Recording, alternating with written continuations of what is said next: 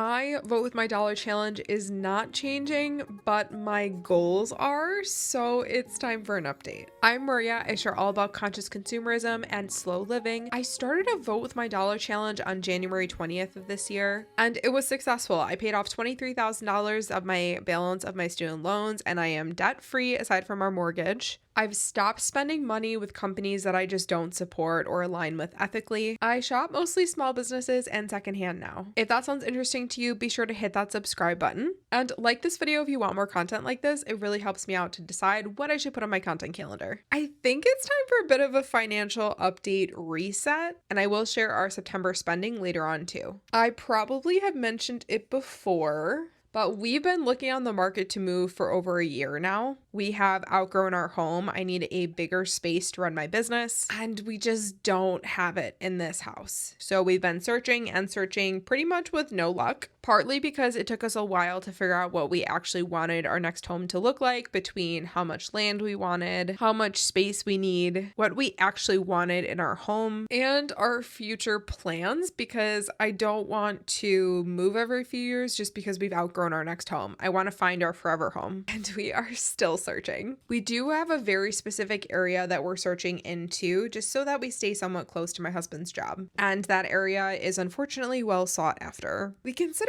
building for a while, but I just can't justify spending $800,000 building the house that we want and then being house poor for the next 30 years. Everything on the market is also just super outdated and would need thousands of dollars in renovations, or if it was built recently and doesn't need renovations, it is super overpriced, or it's just not enough land. The market is really brutal right now, and the 6% interest rates aren't helping. So if you're house hunting, I feel for you. I am with you. It is brutal. When we were searching for our home in 2021, we got pre-qualified. And then on the second weekend of looking at houses, we found this one. We bypassed the inspection. We offered above asking price. It was the first offer that we had put in on a house, and it was accepted. I think at that time, we were so lucky for this house offer to be accepted. We weren't even actually planning on viewing this house because the photos in the listing were so bad.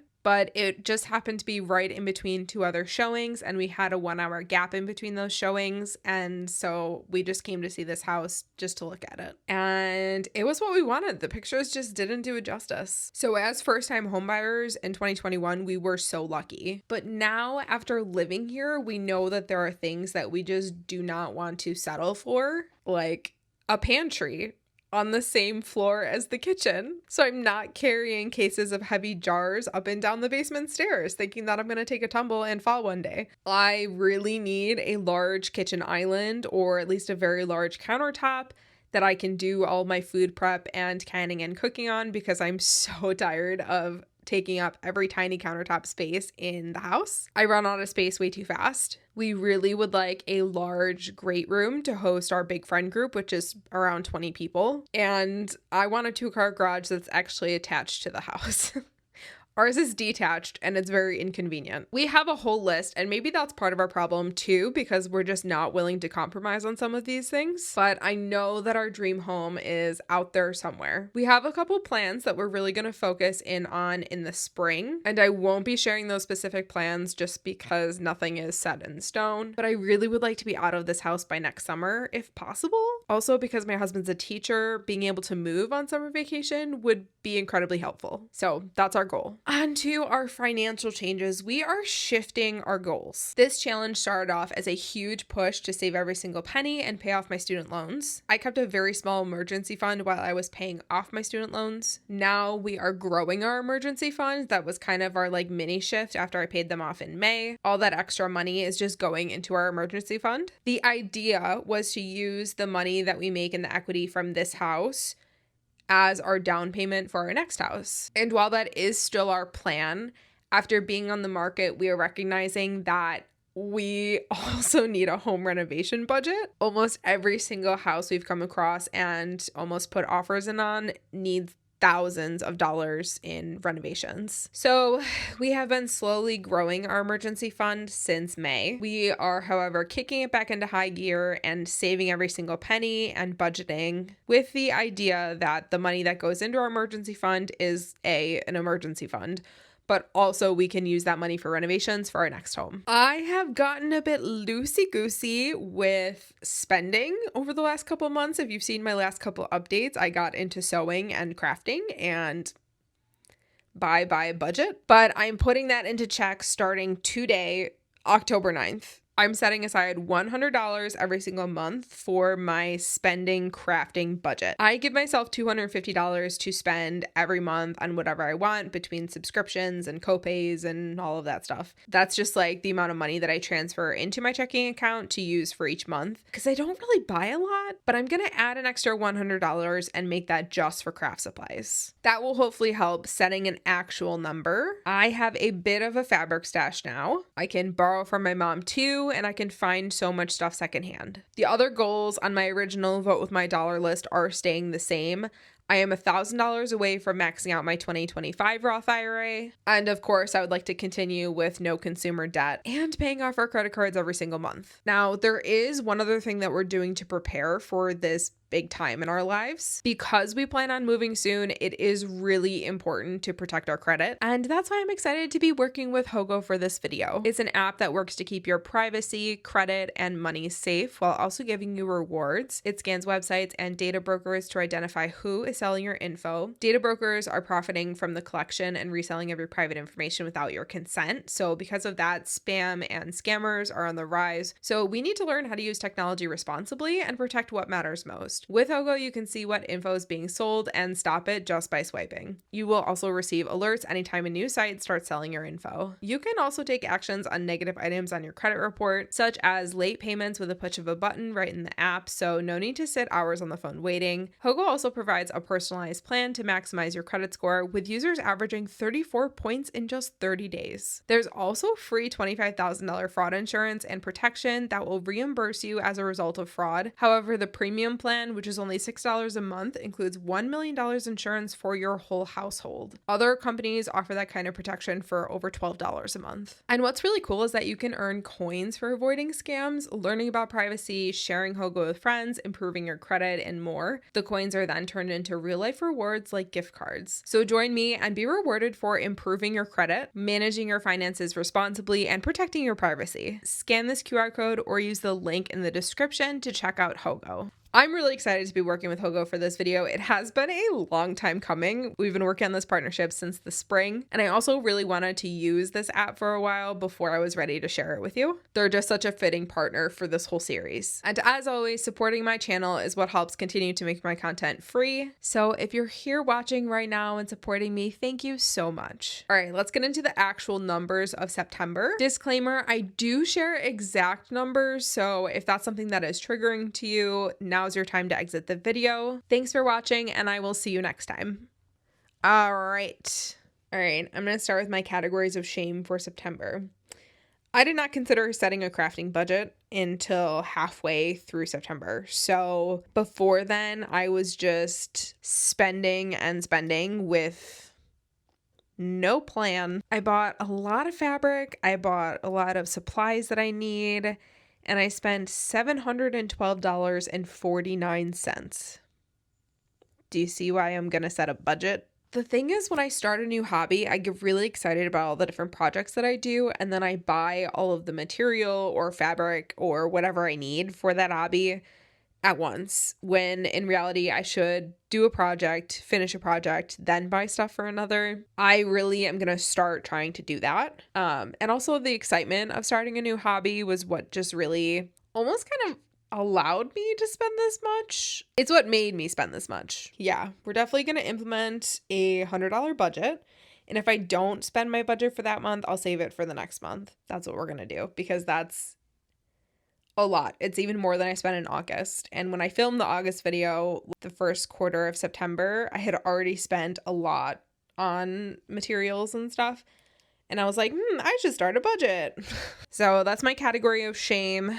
I did buy one book on Thrift Books this month. It was a cookbook of a bunch of like vintage cookies. So that was $12.18, pretty good for secondhand. I did get coffee out with my husband a couple times, so that was $38.80. Small business though, so I'm not as upset about that. I spent $6.51 on my Aura Ring subscription, which you know I pay for every month. I spent $129.95 at the thrift store on clothing. I also spent, I think like 40 of that was our Christmas pajamas for this year. We, I think, finally have a couple sets that we can rotate through. The problem is we've changed sizes since we started doing matching PJs 8 years ago. So a lot of the ones from like 5 years ago and like prior don't fit either of us. So we had to donate those and then replace them. So now we have, I think, 3 really solid sets of matching PJs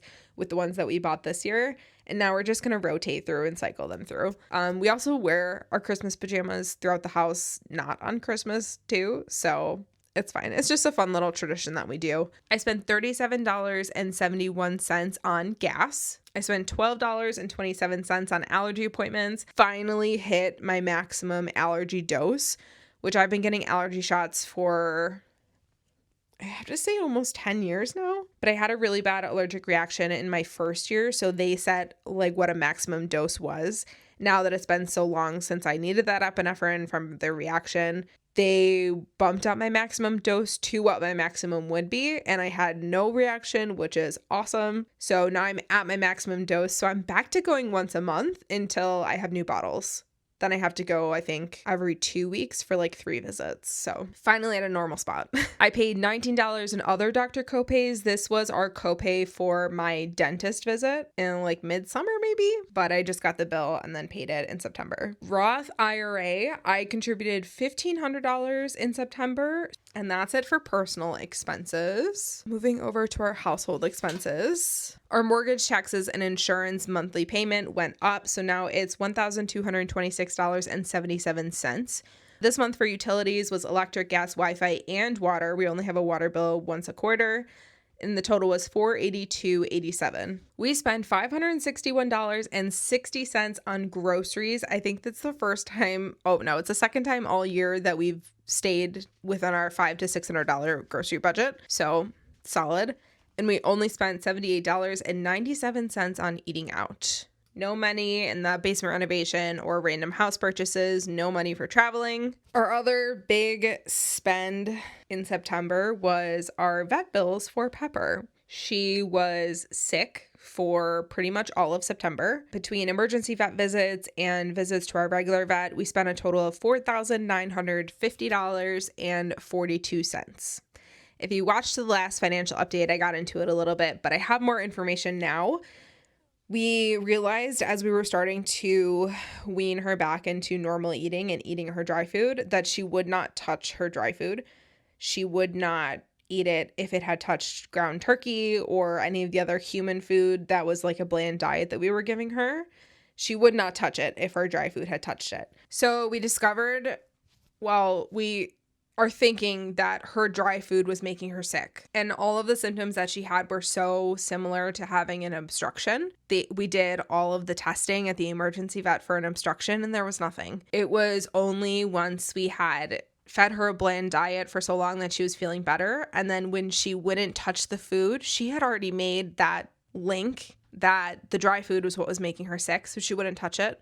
So we had to go out and get her other dry food and she ate it just fine. It took her body probably a week maybe to get back to normal between all the different medications. She was also eating a lot of wet food.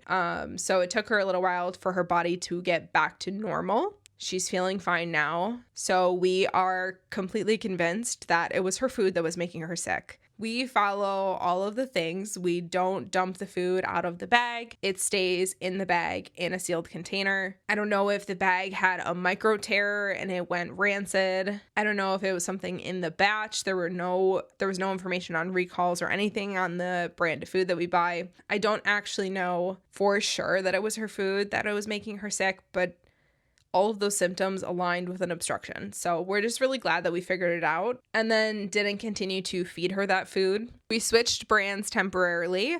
So that did involve going to Pet Supplies Plus and getting some more food, and that was $203.79 because we also needed to restock on cat food. But I'm so glad that that is over. Knock on wood. My desk is wood. That's why you're shaking.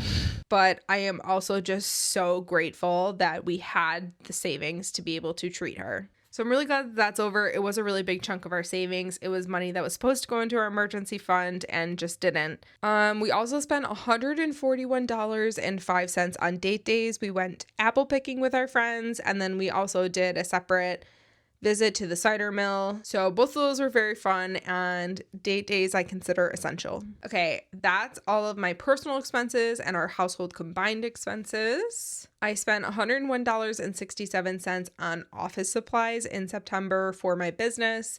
I spent $300 on postage and delivery, $105.62 on software and subscriptions, and $300 on professional services. So my expenses were $807.29.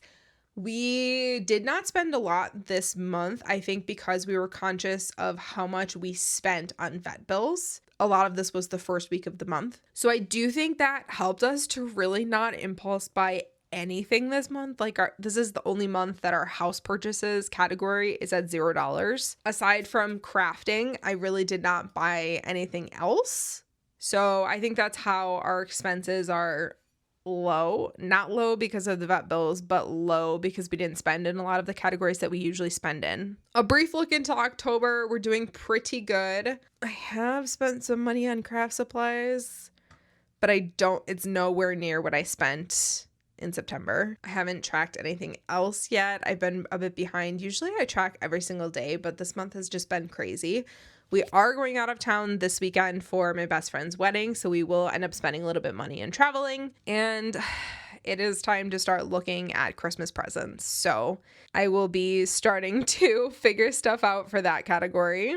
But that's it. That is our September financial update and a little bit of goal shifting. I'm back into the mindset of saving every single penny that I can, and really not spending money unless I have to. I definitely have enough crafting supplies to get me through a lot of projects. So I'm going to focus on doing those. And if I need something, I'm going to check with my mom first before going to buy it. I do know the only crafting stuff that I've really bought in October so far is I bought more 100% cotton batting. So I have a little bit of that coming in, but so far so good. We're staying on track.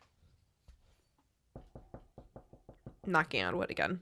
I hope you enjoyed this financial update and I hope it was helpful. I did hear all of you that said you would still like to have monthly financial updates.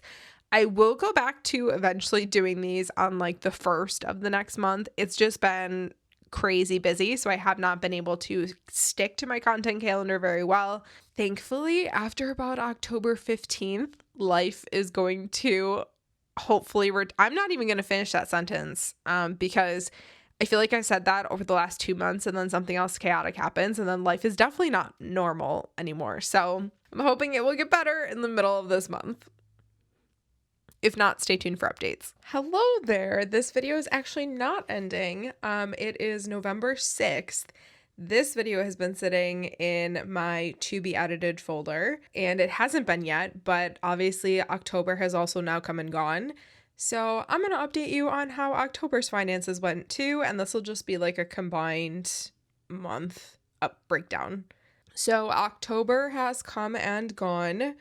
I traveled once for my best friend's wedding. So between mortgage, taxes, insurance, electric, gas, and Wi-Fi, we had no water bill in October. We spent $1,548.35, which is pretty solid. October was our car insurance renewal, so for 2 vehicles for 6 months, it was $720. We only spent $602.37 on groceries, which is really good. And we spent $186.10 on eating out. Because we intend to move in the spring, we have really been focusing on eating the pantry down because I would like to move empty jars, not full ones. So we're really working on eating down all of that stuff, which has helped in a reduction for our grocery bill. So because we had to board Pepper, we spent $439.96 for boarding her for a couple days.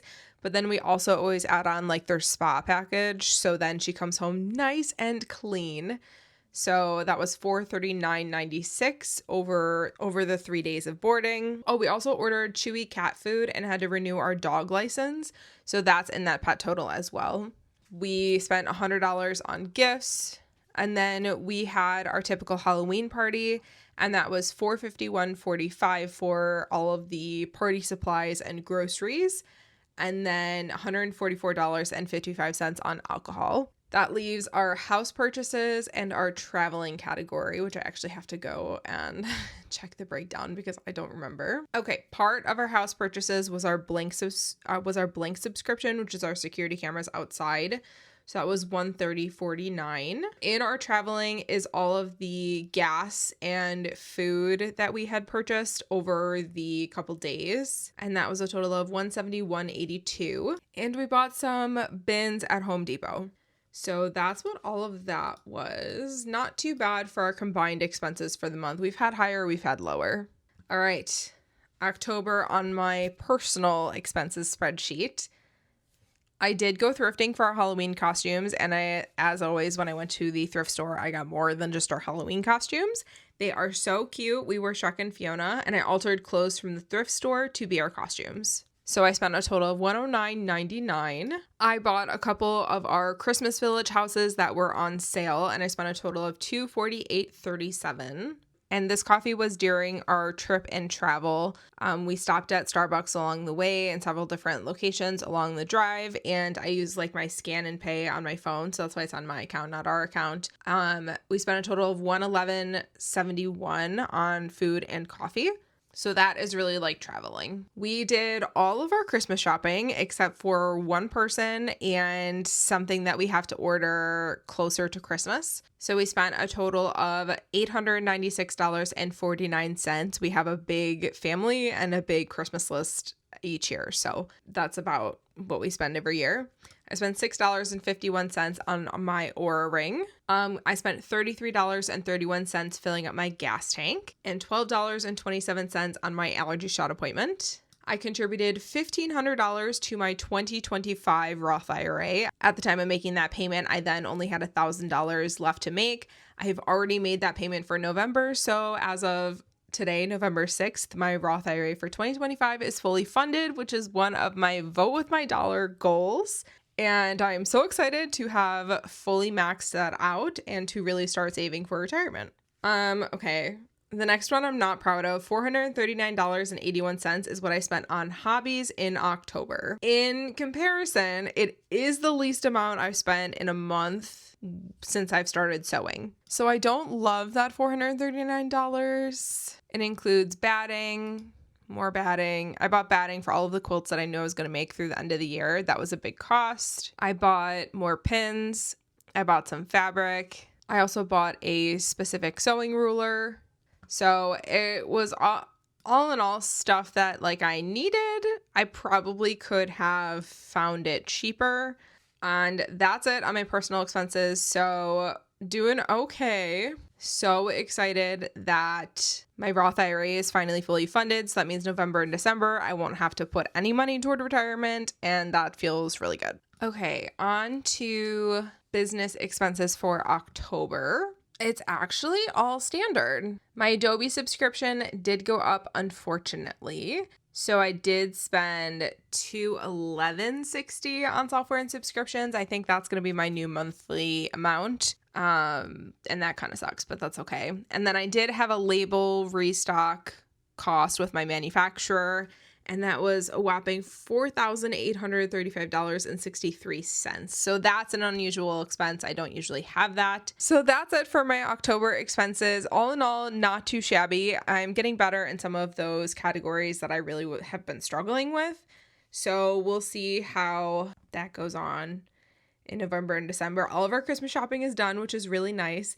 So hopefully we won't have those expenses, and we don't really have very many expenses planned from now through the end of the year. I'm ready to do a complete overhaul on both my dollar challenge and really adjust my goals and really come up with some new ideas for it. So stay tuned. That video is coming. I've gotten off track on doing them every single month because life, but I'm happy to pick them back up and do them again. Thanks for watching my financial update. Hit that subscribe button if you haven't already, if this was interesting to you. If you've made it this far in this video, you'll probably like my other content. I hope you have a beautiful rest of your day. Happy tracking finances, happy voting with your dollar, all of the above, and I'll see you next time.